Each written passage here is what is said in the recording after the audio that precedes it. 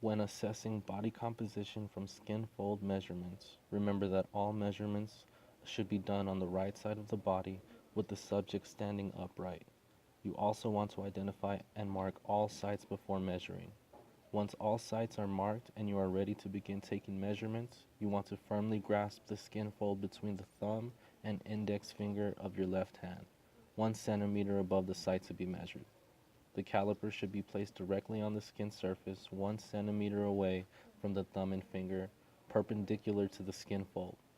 The pinch should be maintained while reading the caliper, and you should wait 1 to 2 seconds before taking the measurement. Duplicate measures are taken for each site, and you should retest if subsequent measurements are not within 1 to 2 centimeters of the previous one. You also want to rotate between skin fold sites to allow the skin to regain normal texture and thickness. There are 7 skin fold sites that will be measured: the triceps, subscapular, the chest, the mid-axillary, abdominal, suprailiac, and the thigh.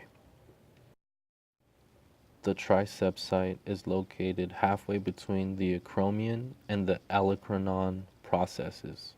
The subscapular site is located 1 to 2 centimeters below the inferior angle of the scapula.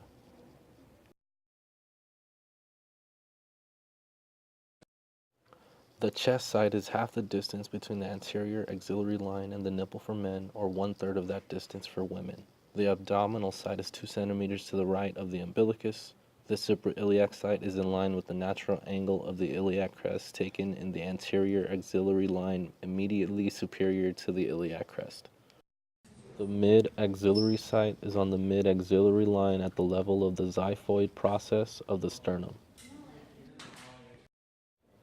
Finally, the thigh site is located midway between the proximal border of the patella and the inguinal crease.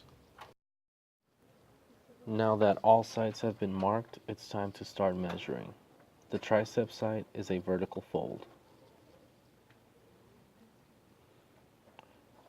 The subscapular site is a diagonal fold.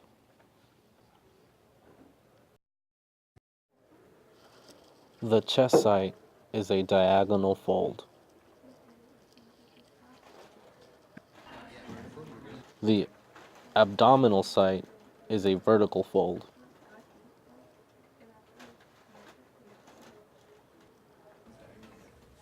The suprailiac site is a diagonal fold. The mid-axillary site is a vertical fold. Lastly, the thigh is a vertical fold. The following equations are the most common and generally used equations for determining body density and body fat percentage in both males and females.